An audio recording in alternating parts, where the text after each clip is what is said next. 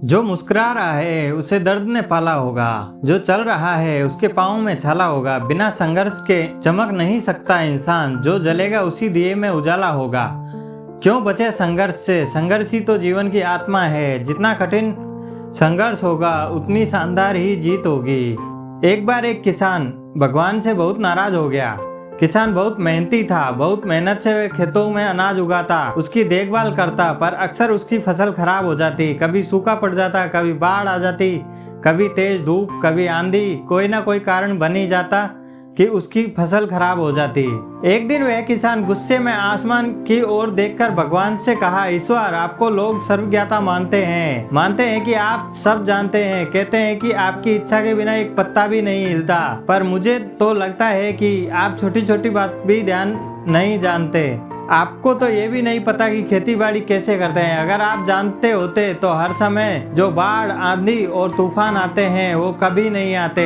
आप नहीं जानते कि कितना नुकसान उठाना पड़ता है हम किसानों को। यदि आप मेरे हाथ में यह शक्ति दे दे कि जैसा मैं चाहूँ वैसा मैं मौसम कर दूं, फिर आप देखना मैं अन्न के भंडार लगा दूंगा।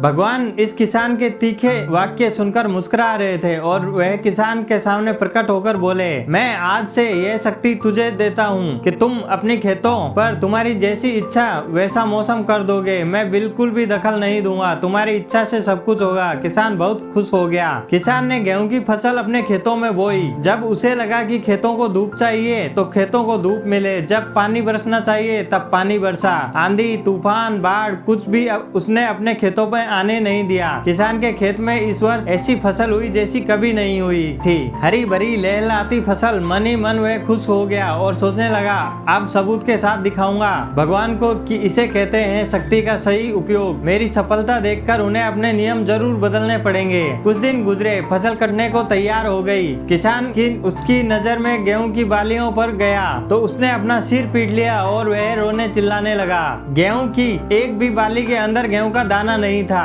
सारी बालियां अंदर से खाली थी। किसान बहुत दुखी हो गया। उसने भगवान को रोते हुए फिर से पुकारा, हे प्रभु, तुमने ये मेरे साथ क्या किया? क्या तुमने मुझे कोई सजा दी है? भगवान बोले, पुत्र, ये तो होना ही था। तुमने पौधे को संघर्ष करने का मौका ही कहाँ दिया? ना तुमने उसे आंधियों से जूझने दिया और न ही तेज बारिश सहने दिया, न ही धूप में तपने दिया। एक भी चुनौती का सामना तुमने उन्हें नहीं करने दिया, इसलिए सारे पौधे अंदर से खोखले रह गए। जब आंधी, तूफान, तेज बारिश और धूप पड़ती है तभी ये पौधा अपने अस्तित्व को बचाने के लिए संघर्ष करते हैं और इसी संघर्ष में एक बल पैदा होता है जिसमें शक्ति होती है, ऊर्जा होती है। और यही ऊर्जा पूर्ति तेरे गेहूं के दानों की तरह जो नहीं फूटी, तूने उन्हें कठिन परिस्थितियों से गुजरने ही नहीं दिया जहां उनके अस्तित्व का जन्म होता। सारे बालियां इसलिए खाली है, इसमें एक भी गेहूं का दाना इसलिए नहीं है क्योंकि तुमने अपने पौधों को संघर्ष कराया ही नहीं। याद रखिए, स्वर्ण में स्वर्णीय आभास तभी आती है जब वह आग में तपने, गलने और हथौड़े से पीटने जैसे संघर्षों से गुजरता है। कोयले का टुकड़ा हीरा तभी बनता है जब वह उच्च दाब और उच्च ताप की मुश्किल परिस्थितियों से गुजरता है। इसी तरह यदि हमारी जिंदगी में कोई संघर्ष ही ना हो, कोई चुनौती ही ना हो, तो हम भी गेहूं की बालियों की तरह खोखले रह जाएंगे। कोई अस्तित्व नहीं होगा हमारा। विपरीत परिस्थितियों, चुनौतियों, समस्या से हमें और अधिक निखारती है। यदि जीवन में कठिन परिस्थितियां और चुनौतियां आए तो घबराना मत, बल्कि सामना करना, विश्वास करना कि आप और अधिक निखर जाओगे और अधिक मजबूत बन जाओगे। किसी ने कितना सही कहा है, जिंदगी जीना आसान नहीं होता, बिना संघर्ष के कोई महान नहीं होता। जब तक ना पड़े हथौड़े की चोट तब तक पत्थर भगवान नहीं होता। वीडियो पसंद आया हो तो लाइक कीजिए, कमेंट कीजिए एंड चैनल को सब्सक्राइब कीजिए। धन्यवाद।